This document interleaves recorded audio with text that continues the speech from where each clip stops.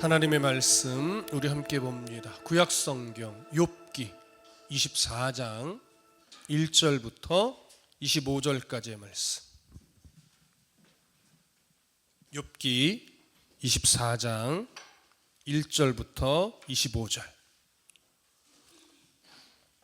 저와 함께 교독하겠습니다. 제가 먼저 1절을 읽겠습니다.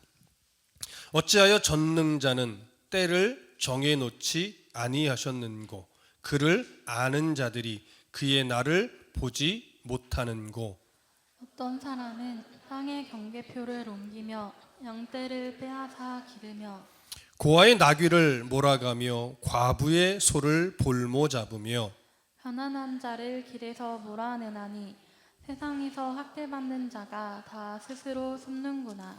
그들은 거친 광야의 들나귀 같아서 나가서 일하며 먹을 것을 부지런히 구하니 빈들이 그들의 자식을 위하여 그에게 음식을 내는구나.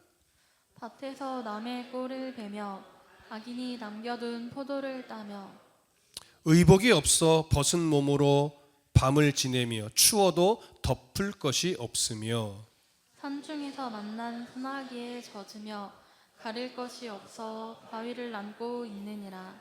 어떤 사람은 고아를 어머니의 품에서 빼앗으며 가난한 자의 옷을 볼모 잡음으로 그들이 옷이 없어 벌거벗고 다니며 곡식 이삭을 나르나 굶주리고 그 사람들의 담 사이에서 기름을 짜며 목말라 하면서 술틀을 밟느니라. 성중에서 죽어가는 사람들이 신음하며 상한 자가 부르짖으나 하나님이 그들의 손상을 보지 아니하시느니라. 또 광명을 배반하는 사람들은 이러하니 그들은 그 도리를 알지 못하며 그 길에 머물지 아니하는 자라. 사람을 죽이는 자는 밝을 때에 일어나서 학대받는 자나 가난한 자를 죽이고 밤에는 도둑같이 되며 간음하는 자의 눈은 저물기를 바라며 아무 눈도 나를 보지 못하리라 하고 얼굴을 가리며 어둠을 틈타 집을 뚫는 자는 낮에는 잠그고 있으므로 광명을 알지 못하나니 그들은 아침을 죽음의 그늘같이 여기니 죽음의 그늘의 두려움을 알미니라.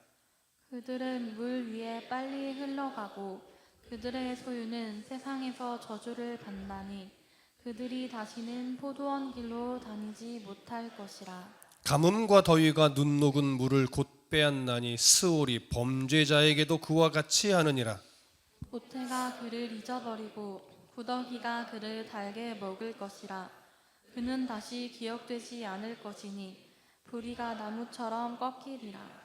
그는 임신하지 못하는 여자를 박대하며 과부를 선대하지 아니하는도다. 그러나 하나님이 그의 능력으로 강포한 자들을 끌어내시나니 일어나는 자는 있어도 살아남을 확신은 없으리라. 하나님은 그에게 평안을 주시며 지탱해 주시나 그들의 길을 살피시도다. 그들은 잠깐 동안 높아졌다가 천대를 받을 것이며 달려 모아진 곡식 이삭처럼 되리라. 함께 읽습니다. 가령 그렇지 않을지라도 능히 내 말을 거짓되다고 지적하거나 내 말을 헛되게 만들 자 누구랴. 아멘. 할렐루야. 우리는 욥과 친구들의 변론 사이클 세 번째 마지막 사이클을 보고 있습니다. 마지막 세 번째 단계에 들어왔을 때 욥기 22장에서 엘리바스는 욥을 향해 세상에 악한 자들이 많지만 하나님은 반드시 그 악한 자들을 온전하게 심판하신다라고 하는 점을 계속해서 강조했습니다. 그 강조점에 있어서 엘리바스는 욥을 향해서 욥이 분명 이런 악행을 저질렀을 것이다 라고 하면서 그가 했을 것 같은 악행들을 쫙 나열했어요. 그러면서 엘리바스가 최종적으로 하고 싶은 말은 뭐였어요? 욥아, 너는 죄인이다. 너는 지금 너의 그 수많은 죄를 마음에 갖고 있으면서 나는 죄 없다 어깃장을 놓고 있고 너는 죄인이라 인정하지 않고 있구나. 결국은 이것이 핵심이었어요. 그래서 욥은 그 엘리바스의 마지막 말을 듣고 욥이 강조하는 것은 뭐였냐면, 나는 이 고난 속에 있지만 나는 하나님 앞에 이런 재앙을 받을 만한 잘못을 저지른 적이 없다는 것이었어요. 그러면서 욥은요, 이제는 친구들과의 대화가 전혀 무의미하다는 것을 깨닫고 오직 하나님께만 내 마음을 쏟아 놓겠다라고 고백하는데, 그 고백 중에 욥이 한 단계 신앙에 성장하는 고백을 하는데, 그 고백의 핵심이 뭐였냐면 23장에서 10절의 말씀, 그러나 내가 가는 길을 그가 아시나니 그가 나를 단련하신 후에는 내가 순금같이 되어 나오리라. 이전까지는 자신이 겪고 있는 재앙이 고통스럽다, 나는 잘못이 없는데 억울하다, 하나님이 내 마음을 헤아려 주지 않는다, 하나님이 나를 만나주지 않는다, 이런 토로가 대부분이었어요. 근데 지금은 그런 토로를 하는 중에 무슨 말까지 하나 덧붙였냐면, 그런데 이제 돌아보니 내가 이 고난 속에서 말로 닿을 수 없는 아픔을 겪고 있지만, 이 모든 과정은 하나님이 나를 버리는 것이 아니라 나를 정금처럼 쓰시기 위해 훈련하고 단련하는 과정이었습니다. 이 고백으로 그의 신앙이 성장했어요. 이것이 고난이 주는 신비라고 말씀드렸어요. 그러면서 그 고난 속에서 신앙이 한 단계 성장한 욥은 이제 24장으로 넘어오면서 세상에서 그가 이제 비로소 보이기 시작한 악한 자들에 대한 횡포를 나열하면서, 하나님 이들을 심판해 주셔야만 합니다라고 하는 간절한 염원을 오늘 밝히게 돼요. 그 내용을 차근차근 살펴보면서 욥이 또 어떻게 그의 신앙이 한 단계 성장해 가는지 오늘 확인해 볼 겁니다. 자, 1절부터 4절까지 다시 한번 읽습니다. 시작. 어찌하여 전능자는 때를 정해놓지 아니하셨는고, 그를 아는 자들이 그의 날을 보지 못하는고, 어떤 사람은 땅의 경계표를 옮기며 양떼를 빼앗아 기르며 고아의 나귀를 몰아가며 과부의 소를 볼모 잡으며 가난한 자를 길에서 몰아내나니 세상에서 학대받는 자가 다 스스로 숨는구나. 자, 1절에 보니까 때라는 표현과 날이라는 표현이 나와요. 어찌하여 전능자는 때를 정해놓지 아니하셨는가. 또 그를 아는 자들이 그의 날을 보지 못하고 있다, 이런 표현을 하는데, 여기서 말하는 때 그리고 날이라는 표현은요, 하나님이 악한 자들을 심판하기로 정하신 때를 의미해요. 그런데 1절은 어떤 의미로 이 표현을 썼냐면, 아무리 세상을 돌아봐도 여전히 악한 자가 악행을 멈추지 않고 있는데, 아무리 돌아가는 이 역사의 흐름을 보아도 하나님은 이 악한 자를 심판하시기로 작정한 때가 언제인지 도무지 보이지 않는다는 거예요. 다시 말하면 심판하지 않으실 것처럼 보인다는 거죠.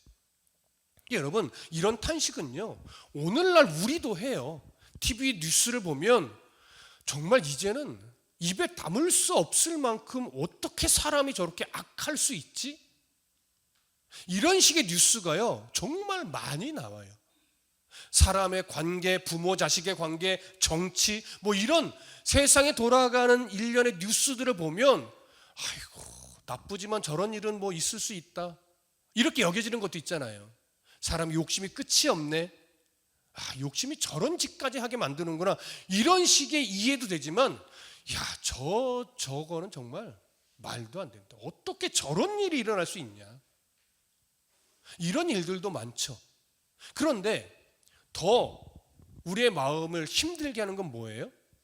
그런 자들 중에 우리가 이해하는, 우리가 인정하는 차원에서의 벌을 받지 않는 사람도 너무나 많은 거예요. 그러니까 수많은 법정 드라마 보면 그런 사람들에 대해서 정말 올바른 판결을 하는 드라마가 나오잖아요. 왜요? 세상이 그런 판결을 안 해주니까. 세상 법정이 그런 식의 올바른 판결을 안 해주니까 법정 드라마의 대부분은요, 그런 교묘한 빠져나가는 이들을 그려내면서도 또 한편으로는 그것을 정확하게 꼬집어내서 정확하게 판결하여 악인들이 대가를 치르게 만드는 드라마도 많이 나온단 말이에요. 그러면서 우리의 이 답답한 속을 풀어주죠.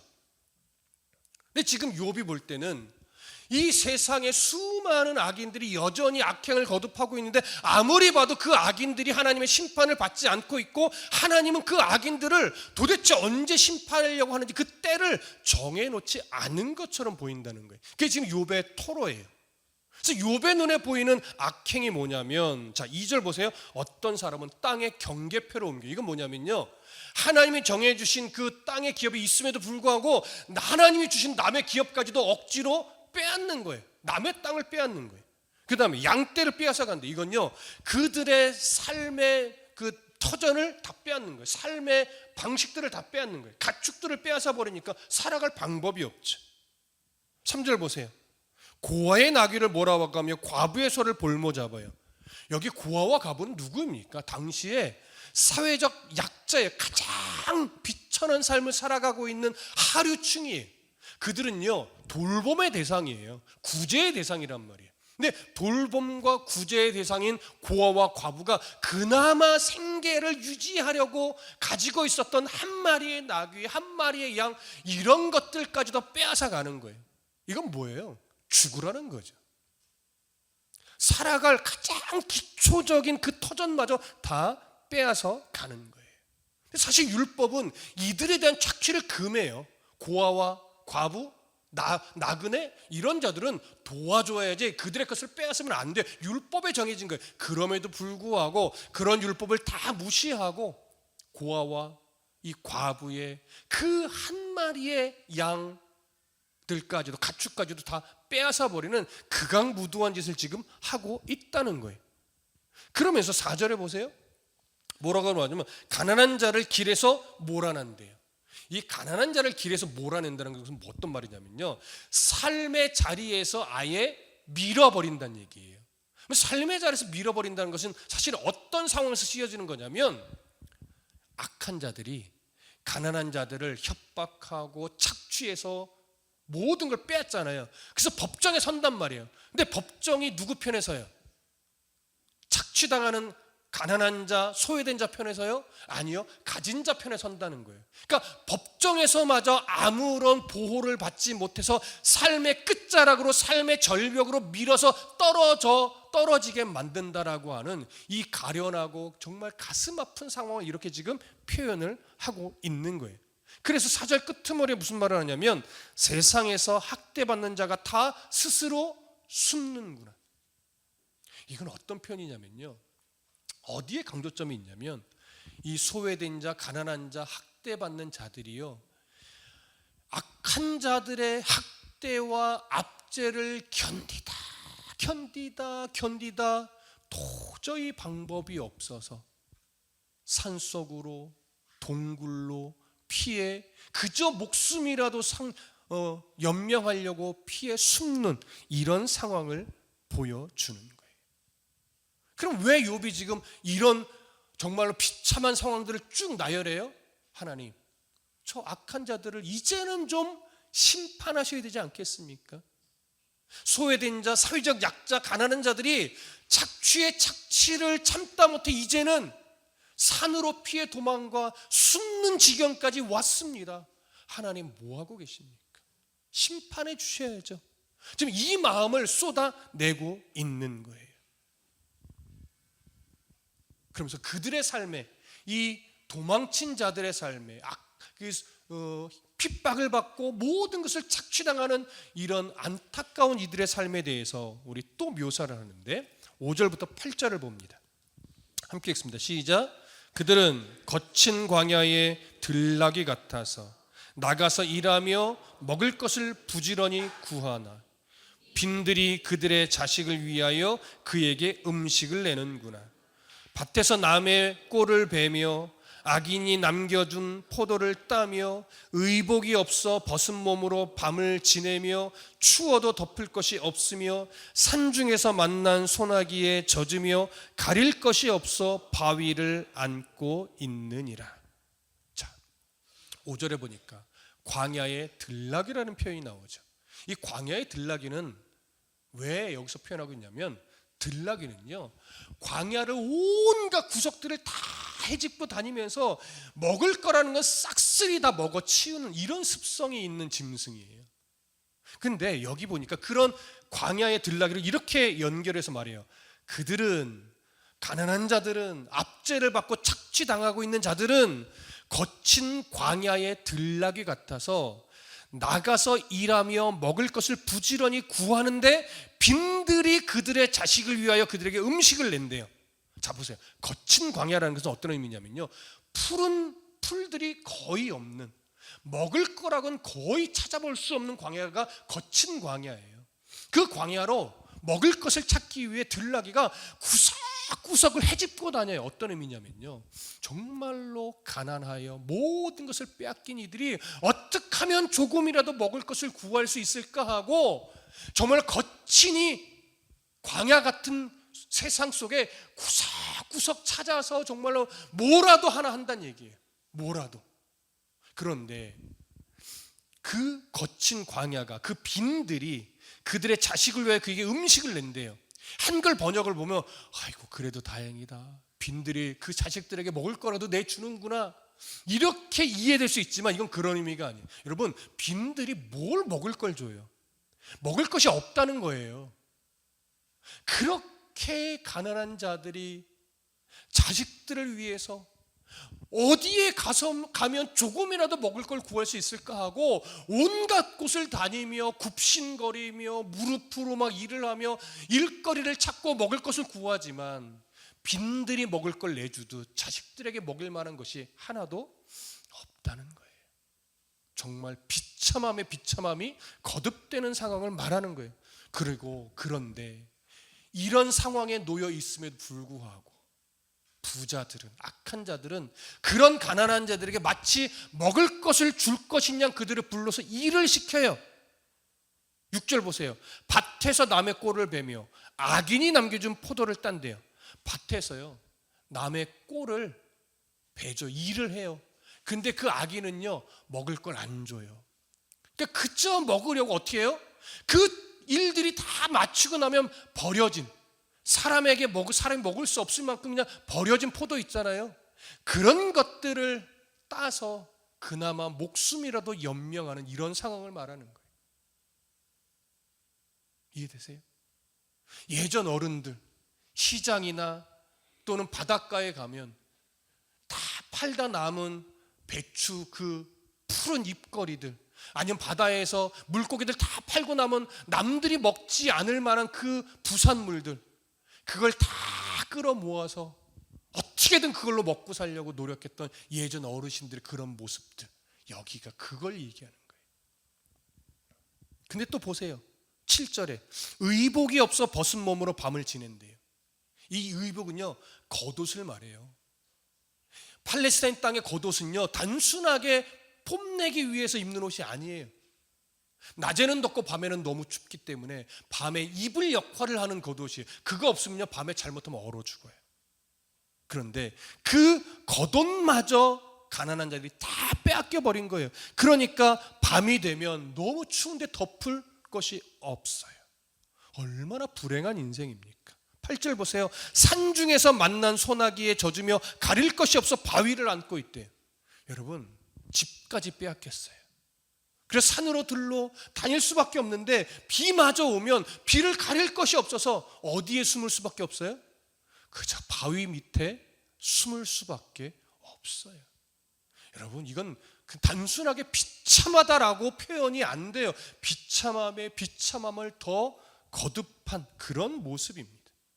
이렇게 당시 사회적 약자들은요 생존을 위해서도 싸워야 됐고 거친 환경과도 싸워야 됐고 악인들에 위해 부자들의 횡포와 늘 싸울 수밖에 없었어요. 이 싸운다는 것은 막 으쌰으쌰가 아니고요 견딜 수밖에 없었다는 얘기예요. 정말 비참한 상황이죠. 의, 식, 주 어느 것 하나 그들에게 주어지지 않은 이런 상황을 말합니다. 조금 더 이어서 볼까요? 9절부터 12절 함께 봅니다. 시작. 어떤 사람은 고아를 어머니의 품에서 빼앗으며 가난한 자의 옷을 볼모 잡음으로 그들이 옷이 없어 벌거벗고 다니며 곡식 이삭을 나르나 굶주리고 그 사람들의 담 사이에서 기름을 짜며 목말라 하면서 술틀을 밟느니라. 성중에서 죽어가는 사람들이 신음하며 상한 자가 부르짖으나 하나님이 그들의 참상을 보지 아니하시느니라. 자, 안타까운 자들의 이 참상을 조금 더 설명하는데 9절에 보니까 어떤 사람은 고아를 어머니의 품에서 빼는데, 여기 어떤 사람은 악한 자를 말하는 거예요. 근데 고아를 어머니의 품에서 빼앗는다고 말해요. 고아인데 어머니가 있다고 하죠. 왜 이런 표현이 나오냐면 당시에는요, 어머니가 계셔도 아버지가 없으면 고아로 봤어요. 왜? 어머니는 사회 속에서 자녀를 보호할 만한 능력이 없기 때문에 고아로 취급을 했어요. 그런데 이 악한 채무자가 가난한 과부의 그 아이마저 빼앗는 거예요. 여러분, 왜 빼앗을까요? 돈 대신 노예로 부리거나 돈 대신 노예 시장에 팔아서 그 돈으로 변제하려고, 자기가 이득을 보려고 가난한 과부의 그 하나밖에 없는 자녀마저도 빼앗아 버리는 그런 모습을 의미하는 거예요.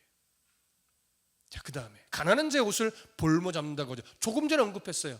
원래 율법은요, 가난한 자의 그 겉옷을 담보로 잡았으면 그 해가 지기 전에 무조건 돌려주라고 해요. 왜? 밤에 얼어 죽으면 안 되니까. 그 생명의 존엄성은 인정해야 되기 때문에 담보로 잡았더라도 그 겉옷만큼은 무조건 그 밤이 오기 전에 돌려줘라. 이게 율법의 가르침이에요. 근데 이런 것들을 다 무시해요. 그러니까 가난한 자들이 그 겉옷 없이 일을 하고 밤에도 겉옷이 없어서 추위에 떨어요. 근데 이들이 먹고 살기 위해서 부자들의 그 곡식 이삭을 나르고 또 올리브 기름을 짜고 포도주 틀에 들어가서 그 포도주를 밟아서 즙을 내는데 열심히 고된 노동을 시키면서 밥을 안 줘요. 목이 마르지만 포도주 틀을 짜서 포도즙이 이렇게 내려오는데도 그 포도즙 한 모금조차 마시지 못하게 해요. 그런데도 혹시나 하고 이 가난한 자들은, 압제받는 자들은요, 부자들이 요청하면 가서 일을 해주는 거예요. 근데 안 줘도 뭐라 말을 못하는 거예요. 그들의 이 압제가 너무나 심하기 때문에. 그러다 보니 이제 이런 악행이 계속 지속되다 보니까 성 안에는요, 어떤 사람이 생겨가냐면 이제 점차 먹지 못하고 마시지도 못하고 입지도 못하고 그러다 보니 죽어가면서 신음하는 자들이 생겨요. 너무나 몸이 상해서 나 좀 살려달라고 부르짖는 이들까지도 생겨요. 이런 이들이 욥의 눈에 들어오기 시작한 거예요. 그런 상황들을 보기 시작한 거예요. 그러니까 욥이 뭐라고 탄식하냐면, 하나님, 그들의 참상을 왜 보지 않습니까? 이렇게 말하는 거죠. 다시 말하면, 하나님, 이렇게 압제받고 있는 가난한 자, 소외된 자, 불쌍한 이들을 하나님 도와주셔야죠. 그리고 이들을 이렇게 만든 악한 자들을 하나님 좀 심판해 주셔야 되지 않겠습니까? 도대체 언제입니까? 그 심판의 때가. 이게 지금 욥이 하나님 앞에 묻고 싶은 거예요. 그러면서 이제 그 악한 자들에 대해서 이제 욥이 말을 하기 시작하는데 13절부터 17절 다 같이 읽겠습니다. 시작. 또 광명을 배반하는 사람들은 이러하니 그들은 그 도리를 알지 못하며 그 길에 머물지 아니하는 자라. 사람을 죽이는 자는 밝을 때에 일어나서 학대받는 자나 가난한 자를 죽이고 밤에는 도둑같이 되며 가늠하는 자의 눈은 저물기를 바라며 아무 눈도 나를 보지 못하리라 하고 얼굴을 가리며 어둠을 틈타 집을 뚫는 자는 낮에는 잠그고 있으므로 광명을 알지 못하나니 그들은 아침을 죽음의 그늘같이 여기니 죽음의 그늘의 두려움을 알미니라. 자, 그 악한 자들, 그들은 하나님의 심판을 두려워하지 않고 계속해서 온갖 만행을 저지르는 자들인데 그들은 하나님을 기본적으로 배반하는 자래요. 하나님의 말씀의 가치를 전혀 삶에 두지 않고 살아가는 자예요. 그래서 하나님이 기본적으로 사람들의 삶의 도리라는 걸 줬잖아요. 사람의 인생 기본적으로 인간 관계에서 이렇게 살아가는 게 마땅하다고 하는 도덕과 윤리를 줬다고요. 기본적으로 우리가 이해하는 도덕과 윤리는 다 하나님이 세상 가운데 주신 질서예요. 근데 그런 모든 도리를 이 악한 자들은 거스러요. 거부해요. 그리고 하나님이 인간의 삶 속에서 요구하는 바른 삶의 길에 머물지 않아요. 오직 자기의 유익을 위해서 모든 악행을 서슴없이 행하는 자들이에요. 하나님이 우리에게 요구하는 길에 서기를 원하지 않는다는 거예요. 그러다 보니까 그들은 14절에서 무슨 말을 하냐면, 그런 악한 자들은요, 낮에는 가난한 자들을 죽이는 일에 앞장서고 밤에는 무엇을 빼앗을 수 있을까, 무엇을 도적질할 수 있을까 여기며 도둑질할 것을 찾으러 밤에 다니는 자들인 거예요. 그리고 15절을 보니까 또 간음하는 악한 자들은 밤만 되면 아무도 보지 못하리라 생각하고 어디서든 성적인 범죄를 서슴없이 저지른대요. 그리고 16절에 보니까 또 어떤 자들은 어둠을 틈타서 남의 집을 뚫고 들어간대요. 이 뚫고 들어간다는 뭐냐면, 당시 이 이스라엘의 집은 대부분 다 흙으로 지붕을 덮어서 맘만 먹으면 얼마든지 벽을 뚫고 들어갈 수 있고 지붕을 뚫고 내려올 수 있어요. 그렇기 때문에 이 도둑들은요, 낮에는 조용히 숨어 있다가 밤만 되면 나와서 어느 집을 뚫고 들어가 도둑질을 할까, 이런 것만 살피는 이들이라는 거예요. 하나님 내신 도덕과 윤리를 완전히 무시하는 삶이죠. 그러면서도 이들은요, 낮의 해는 두려워한대요. 무슨 말이냐면 하나님의 공의를 알고는 있다는 거예요. 하나님의 공의는 두려워해요. 하지만 어두움에 익숙한 자가 되어버렸어요. 그러니까 하나님의 공의가 어디에 어떻게 세워져 있는지 알지만 그들은 밤에 익숙한 자여서 항상 악한 일에만 그들의 생각과 눈이 고정되어 있어서 습관적으로 악한 짓을 범하는 그런 자가 되어 버렸다는 거예요. 이것이 악한 자들이 가지고 있는 특징이에요. 그러면서 이제 욥은요, 또 중요한 표현으로 이어가는데 18절부터 20절을 봅니다. 18절부터 20절 함께 읽습니다. 시작. 그들은 물 위에 빨리 흘러가고 그들의 소유는 세상에서 저주를 받나니 그들이 다시는 포도원 길로 다니지 못할 것이라. 가뭄과 더위가 눈 녹은 물을 곧 빼앗나니 스올이 범죄자에게도 그와 같이 하느니라. 모태가 그를 잊어버리고 구더기가 그를 달게 먹을 것이라. 그는 다시 기억되지 않을 것이니 부리가 나무처럼 꺾이리라. 자, 보세요. 요 17절, 요 앞의 내용까지를 보면 욥이 지금 한탄하는 것은 뭐냐면, 하나님, 세상에 악인들이 이렇게 가난한 자, 소외된 자, 약자들을 압제하고 빼앗고 공격하며 어떤 악한 이들은 도둑질을 서슴없이 하고 성적인 범죄를 쉽게 저지르며 세상에서 어떤 심판도 받지 않고 있습니다. 하나님 뭐하고 있습니까? 그들에 대한 심판의 때는 하나님이 정해두지 않은 겁니까? 라고 하면서 탄식했잖아요. 그러면 사실은요, 이 이후에 이어지는 상식적인 논리는 어떻게 보냐면, 그러면 하나님 계신 겁니까? 안 계신 겁니까? 나는 이제 하나님을 믿지 못하겠습니다. 아니, 나는 이제 하나님을 인정하지 못하겠습니다. 나는 하나님을 떠나겠습니다. 나는 하나님이 살아계신 걸 이제 못 믿습니다. 이런 식으로 흘러갈 것 같아요. 보편적으로 우리가 이 내용을 생각하지 않고 그냥 흘러가는 논리라면 그게 사실은 더 자연스러운 논리일 겁니다. 그런데 그렇게 하나님 도대체 왜 심판하지 않는 겁니까? 하나님의 심판의 때가 있기는 한 겁니까? 하나님이 이 불쌍한 이들을 돌아보기는 하시는 겁니까? 라고 탄식의 탄식을 거듭한 다음에 오늘 18절에서 20절은 무슨 말을 하냐면, 하지만 하나님은 결국 이들을 심판할 겁니다. 이 얘기를 하는 거예요, 결국은 사실은. 그래서 보세요.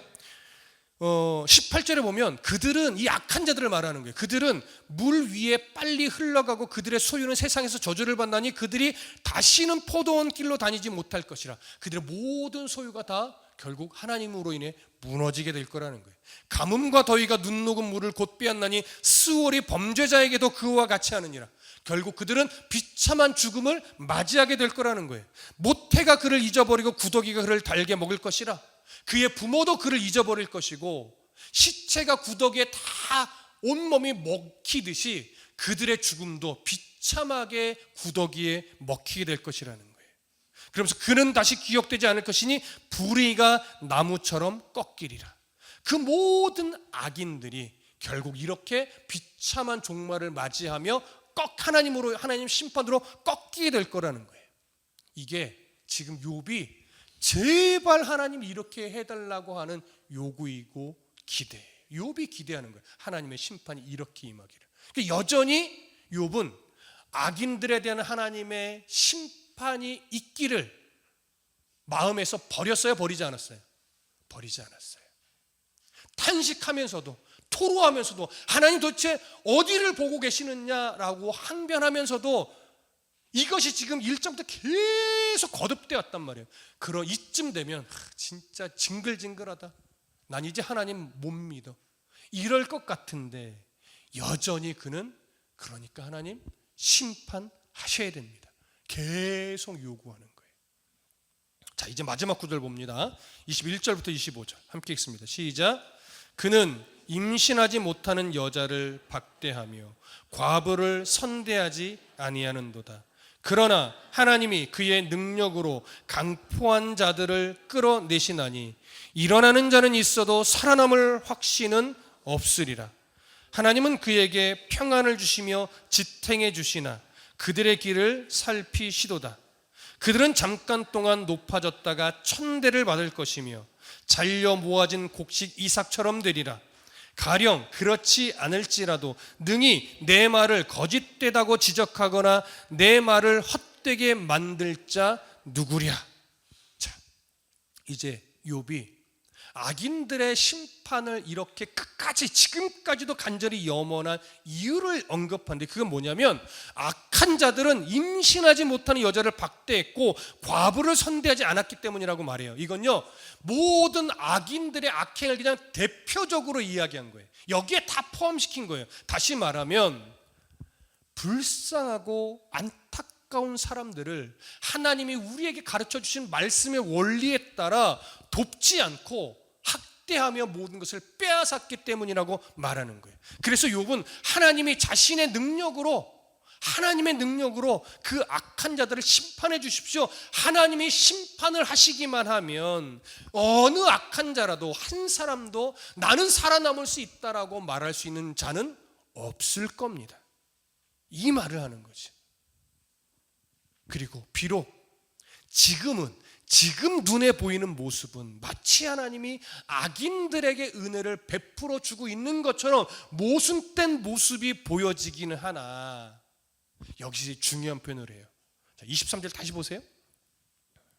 하나님은 그들에게 악한 자들에게 평안을 주시며 지탱해 주시나 지금 은혜를 베풀어 주는 것처럼 보이기는 하지만 그들의 길을 뭐 하신대요? 살피신대요.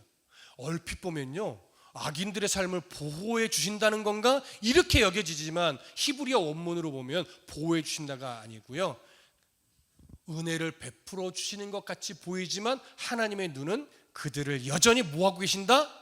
감찰하고 계신다. 감시하고 계신다는 얘기예요. 그러니까 결국 하나님의 때가 되면 감찰하시는 하나님이 그 악한 자들을 뭐 하실 것이다? 심판하실 것이다. 이러한 욥의 소망을 이렇게 담아 놓은 겁니다. 이전 같으면 이런 표현이 안 나왔어요. 그런데 지금은 악인들을 왜 그냥 놔두십니까? 라고 항변을 하면서도 하지만 하나님이 여전히 이 악인들을 그냥 놔두시는 건 하나님이 그들의 악행을 다 감찰하시는 모습이구나 이렇게 그의 시선이 한 단계 지금 성장한 거예요. 그래서 24절 보세요. 그들은 잠깐 동안 높아졌다가 천대를 받을 것이며 잘려 모아진 곡식 이삭처럼 되리라. 지금은 높아져 있어서 의시되며 나는 심판을 받지 않을 것처럼 계속되게 가난한 자들을 착취하고 있지만 결국 하나님이 그들을 심판할 거라는 거예요. 결국 곡식의 이삭이 잘려진 것처럼 그들은 하나님 앞에 완전히 단절된 심판에 이를 거라는 거지. 그러면서 보세요. 마지막 25절 함께 읽어봅니다. 시작. 가령 그렇지 않을지라도 능히 내 말을 거짓되다고 지적하거나 내 말을 헛되게 만들 자 누구랴. 지금 내가 기대하는 대로 악인에 대한 심판이 일어나지 않을지라도 하나님이 언젠가 이 악인들을 반드시 심판할 거라고 내가 외친 이 말에 대해서 거짓이라고 지적할 자가 누구냐는 거예요. 그러지 못한다는 거죠. 하나님 반드시 악인을 심판할 거라는 거예요. 여러분, 얼핏 보면 마지막에 와서는 엘리바스의 주장과 똑같은 주장을 하는 거야? 이렇게 여겨질 수 있잖아요. 그러나 조금 달라요. 엘리바스나 빌닷이나 소발의 주장은 결국 뭐였냐면 악한 자들은 반드시 심판하신다는 그 기본적인 전제 논리를 가지고 누구에게 맞추는 거예요? 욥에게 맞추는 거예요. 그러니까 욥아, 너 하나님께 심판받은 거야. 그러니까 너 죄를 인정해, 너 회개해. 이걸 말하고 싶어서 이 하나님의 이 공의를 언급한 거라면 지금 욥은요 그런 차원에서 하나님 공의를 말하는 것이 아니에요. 진짜 돌아보니 나는 악해서 벌을 받은 게 아닌데 진짜 악한 자들이 세상에 널려 있다는 거예요. 그런 자들에 대해서 니들이 설명할 수 없지 않냐. 하지만 나도 인정한다. 무엇은 인정해? 언젠가는 하나님이 반드시 악한 자들을 심판할 걸 나도 인정한다. 나도 그런 공의 하나님 믿는다. 그런데 나는 지금 내가 악행을 저질러서 이런 재앙을 받는 것은 아니다라고 하는 거죠. 이걸 지금 계속 토로하는 거예요. 하나님 앞에. 왜? 친구들은 이 말을 도무지 받아주질 않으니까. 그런데 그러면서 이상하게 욥의 신앙이 하나둘씩 지금 성장해 왔다고 그랬잖아요. 이게 고난의 신비라고 했잖아요. 23장에서는 이 상황이 이제는 하나님이 나를 단련하시는 상황으로 그가 이해하기 시작했고, 이제 24장으로 넘어와서는요 이 악인들에 대해서는 뭐라고 말해요? 지금은 심판하지 않지만 이들은 그들이 하나님의 은혜를 받는 것처럼 여겨지지만 지금 이 순간도 하나님은 그 악인들의 삶의 행태들을 다 뭐하고 계신다? 감찰하고 계신다라고 하면서 시선이 또 성장했단 말이에요. 근데 또 하나 보일 게 있어요. 또 하나. 자, 보세요. 어디를 보시냐면 13절 다 같이 한 번 더 읽어봅니다. 시작. 또 광명을 배반하는 사람들은 이러하니 그들은 그 도리를 알지 못하며 그 길에 머물지 아니하는 자라. 자, 악행을 거듭하는 자들은 마치 자신들이 하나님의 복을 받아서 이렇게 떵떵거리며 살며 가난한 자들을 압제하고 착취하면서도 그것이 죄라고 인정하지 않고 여전히 그 짓을 계속하고 있다. 그래, 그들은 나는 하나님의 복을 받은 자라고 의시될지는 모르나 그들은 하나님이 기뻐하는 길에 머물지 않고 있는 자다. 거꾸로 생각해 보세요. 그렇다면 욥은 어떻다는 거예요? 욥은 지금 세상의 손가락질을 받고 친구들의 정죄를 받고 죄인이라 비난을 받으며 자기가 길리우던 종들한테까지도 비웃음을 당하는 처지에 놓여 있지만 그럼에도 불구하고 나는 지금 어디에 머물고 있다는 거예요? 하나님의 길 위에 나는 여전히 머물고 있다는 거예요. 여러분, 하나님이 우리들의 인생 속에서 정말 기뻐하시는 흔적이 뭘까요? 우리들의 삶에서 하나님이 내가 너를 너무나 기뻐한다, 이 흔적이 나를 너무나 기쁘게 만든다라고 여기시는 거, 그게 뭘까요? 전도를 100명 하는 거? 교회에 헌금을 막 수천만 원씩 하는 거? 아니면 선교지로 나가서 막 인생을 바치는 거? 여러분, 그런 것도 물론 하나님이 기뻐하는 흔적이겠죠. 하지만 그런 유들은요 하나님의 특별한 경우에 특별한 사람을 그렇게 쓰는 거예요. 그들이 대단한 게 아니에요. 여러분, 전도를 내가 하는 겁니까? 하나님이 나를 통해 하시는 거예요. 내가 이만큼 했어요 라고 하나님께 내세울 만한 흔적 아니에요. 오늘 욥기를 보면 하나님이 우리 인생 속에서 정말로 내가 너의 그 흔적을 너무나 기뻐한다고 여기는 건 뭐냐면요, 그럼에도 불구하고 하나님이 기뻐하는 그 길에 내가 서 있는 거예요. 머무는 거예요. 그리 아니하실지라도 내가 원하는 대로 하나님이 응답해 주시지 않는다 할지라도 나를 사랑하여 구원해 주신 하나님의 은혜를 내가 알기 때문에 하나님이 기뻐하는 그 길 위에 머물러 있는 거예요. 여러분, 그 흔적이 하나님이 가장 기뻐하는 흔적이에요. 그래서 오늘 여러분, 삶이 편안해서 예배 자리에 나오신 분 거의 없어요. 근심거리를 안고 예배 자리에 나왔고요, 걱정거리를 마음에 안고 예배 자리에 나왔고요, 정말 예배 자리에 나올 수 없는 상황임에도 불구하고 나의 이 지친 발걸음을 꾸역꾸역 한 걸음 한 걸음 옮겨서 주의 전에 나와 함께 찬송하고 함께 기도하고 함께 예배하는 거예요. 그러면서 하나님 앞에 나의 이 지친 마음을 위로받고 싶고 용기 내지 못하는 내 마음에 하나님이 용기를 주기를 원하고, 때로 하나님 날 좀 책망해 주세요. 난 왜 이렇게 자꾸 넘어집니까? 나 책망 좀 해 주십시오. 그리고 또 한편은 뭐예요? 하나님, 나 이번 주엔 이거 잘했는데 하나님 나 좀 칭찬해 주세요. 이런 수많은 마음들을 끌어안고 나오기 힘들지만 그 무거운 한 걸음을 옮겨서 주의 전으로 나오는 거예요. 여러분, 이게 바로 그 길에 머무는 거예요. 예배 자리에 나오지 못할 만한 이유를 찾기 시작하면요, 정말 많아요. 여러분, 이래서 교회 나오기 어려워요. 그럼 왜 이해 못합니까? 내가 지금 상황이 이래요. 그래서 교회 나가기 지금은 어려워요. 이런 류의 이유들이 얼마나 많습니까? 여러분, 다 이해돼요. 다 이해돼요. 정말 맞아요. 그런 상황들이 닥치면 저도 교회에 나가기 힘들 거예요. 그런데 욥은요, 그 와중에 그래도 교회에 나갈 이유를 찾기 시작하면요, 그것이 더 많다는 거예요. 교회에 나가야 될 이유가 훨씬 더 중요하고 훨씬 더 많음을 여기서 보여주는 거예요. 그들은, 하나님을 배반하고 있는 자들은 그렇게 세상에서 떵떵거리며 외치고 있지만 결국 그 길에 머물지 않는 인생이지만, 나는 지금 모든 것을 잃어버리고 육체의 질병으로 고통스럽고 어디 하나 소망이 보이지 않고 하나님은 나를 외면하시는 것 같은 상황에 놓여 있을지라도 나는 지금 그들과 달리 나는 그 길에 머물러 있다는 거예요. 하나님 이걸 봐달라는 거죠. 여러분, 하나님이 이걸 가장 기뻐합니다.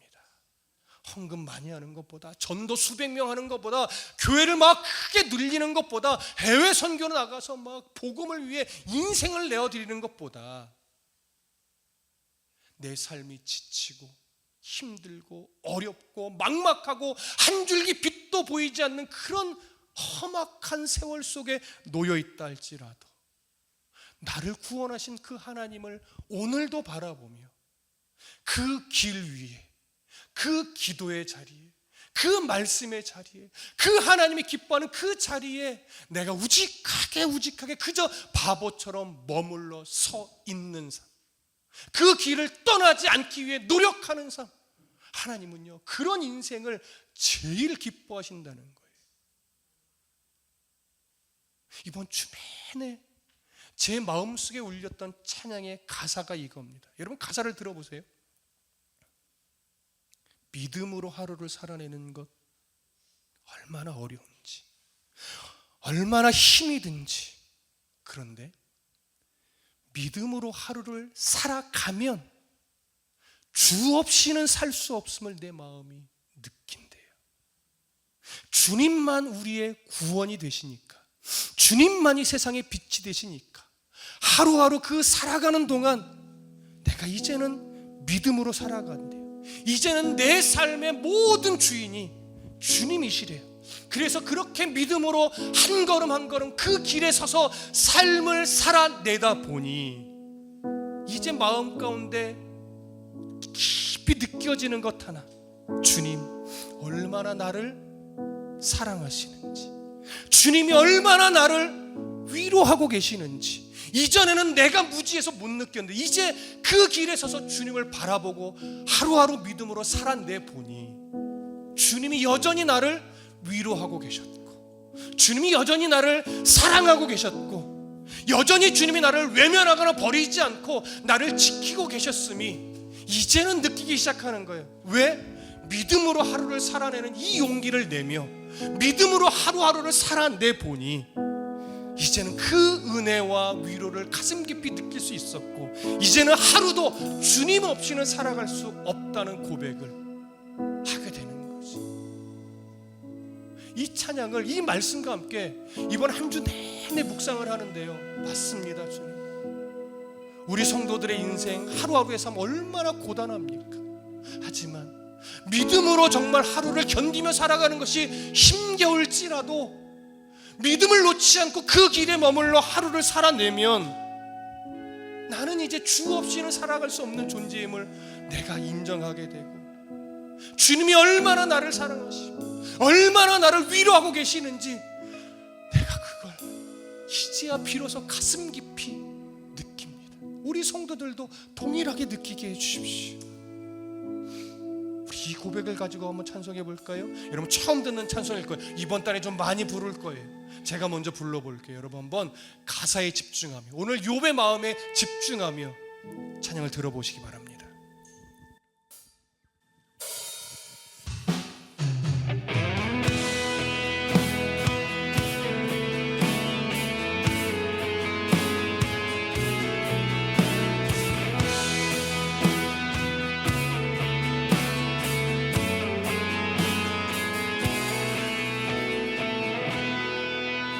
믿음으로 하루를 살아내는 것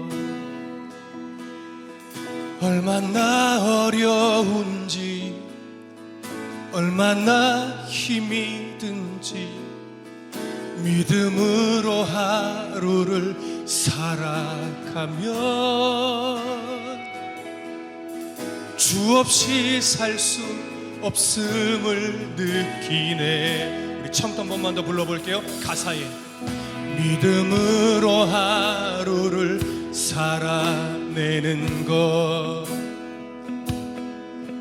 얼마나 어려운지, 얼마나 힘이 든지 믿음으로 하루를 살아가면 주 없이 살 수 없음을 느끼네. 주님만 우리의 구원 되시니, 주님만 세상의 빛이 되시니, 하루하루 살 동안 믿음으로 살아가 주님 내 삶의 모든 것 되시네. 주님 얼마나 날 사랑하는지, 주님 얼마나 날 위로하는지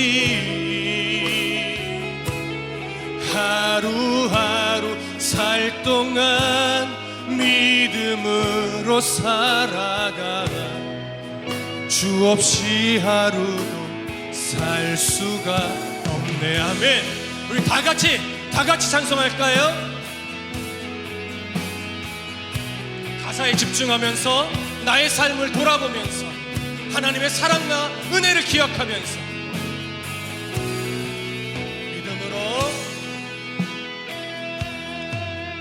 믿음으로 하루를 살아내는 것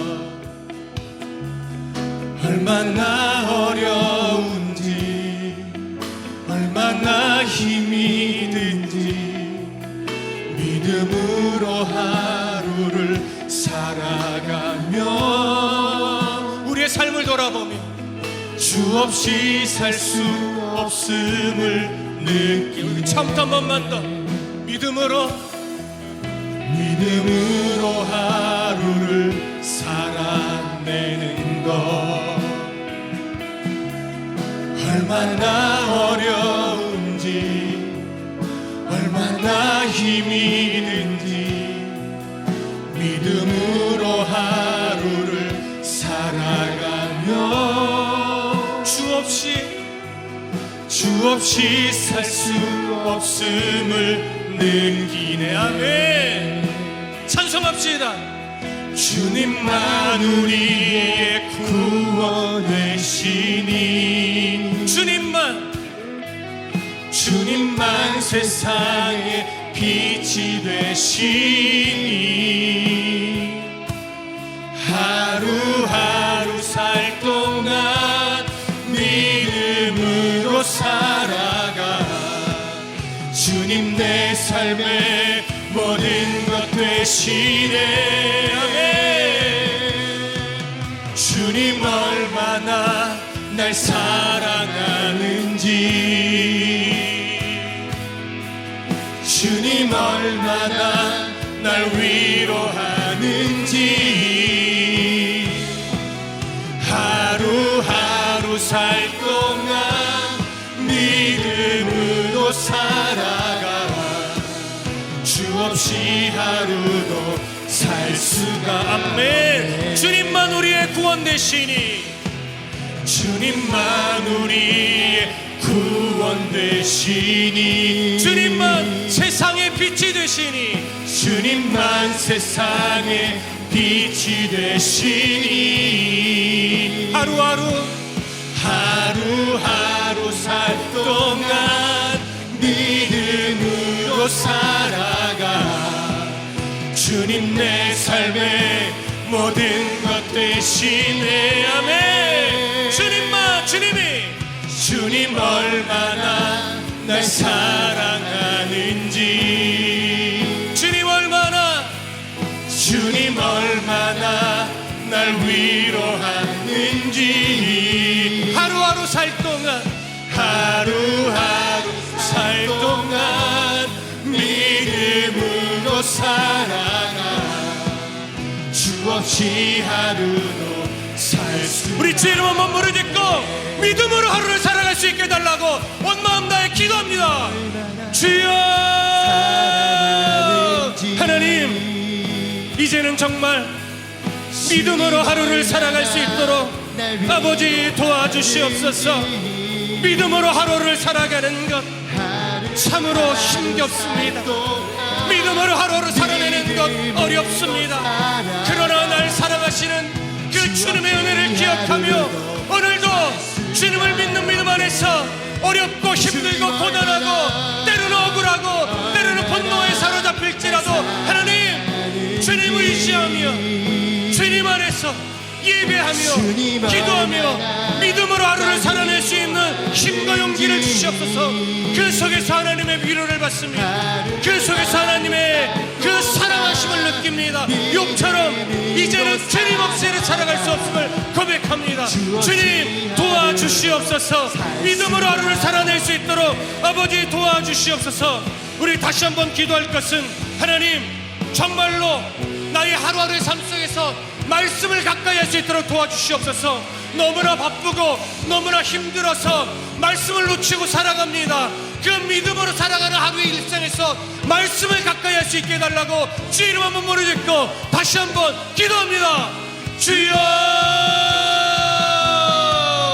오 하나님, 믿음으로 하루를 살아갑니다. 그 믿음의 삶 속에서 아버지 하나님 말씀을 가까이 하기를 게을리하지 않도록 도와주옵소서. 말씀만이 힘인데 말씀 안에서 우리가 힘을 발견하는데 우리가 자꾸 말씀 안에서 그 힘과 은혜를 놓치고 살아갑니다. 믿음으로 하루를 살아갈 때에 말씀을 가까이 하며 하루를 살아낼 수 있도록 아버지여 도와주옵소서. 말씀으로 하루를 살아가며 말씀을 가까이 하며 그렇게 믿음으로 하루를 살아낼 수 있도록 아버지 도와주시옵소서. 오 하나님 감사합니다. 오 주님, 오늘 우리가 이 말씀에 이 찬양의 위로를 받고 도전을 받습니다. 하나님, 믿음으로 하루를 살아가는 것 어렵지만 힘들지만 그래도 믿음으로 주님과 함께 동행하는 이 삶을 살아가면서 하나님 위로를 받고 그 사랑을 느끼며 더 주님과 동행할 때에 말씀을 가까이 하며 하루를 살아낼 수 있도록 아버지 도와주시옵소서. 오 주님, 오 주님 감사합니다. 주님 얼마나 날 사랑하는지, 주님 얼마나 주님 얼마나 날 위로하는지 하루하루 살 동안 믿음으로 살아가 주 없이 하루도 우리 한 번만 더 주님 얼마나 날 사랑하는지 주님 얼마나 날 사랑하는지 주님 얼마나 날 위로하는지 하루하루 살 동안 믿음으로 살아가 주 없이 하루도 살 수가 없네. 사랑의 하나님, 우리가 찬양으로 기도하며 고백한 것처럼 믿음으로 하루를 살아내는 것이 정말로 어렵고 힘이 듭니다. 상황이 나를 옥죄고 너무나 지치고 너무나 억울하기도 한 상황이 많지만 그 믿음으로 하루를 살아내면 하루하루 살아가면 이제는 주의 사랑하심을 느끼고 주의 위로하심을 느끼며 하루하루 주의 도우심으로 내가 살아내고 있구나, 이것을 느낄 수 있게 되오니 하나님, 이제는 말씀과 동행하며 믿음으로 하루를 살아낼 수 있도록 도와주옵소서. 감사하옵고 사랑이 많으신 우리 주 예수 그리스도의 이름으로 기도드렸습니다. 아멘.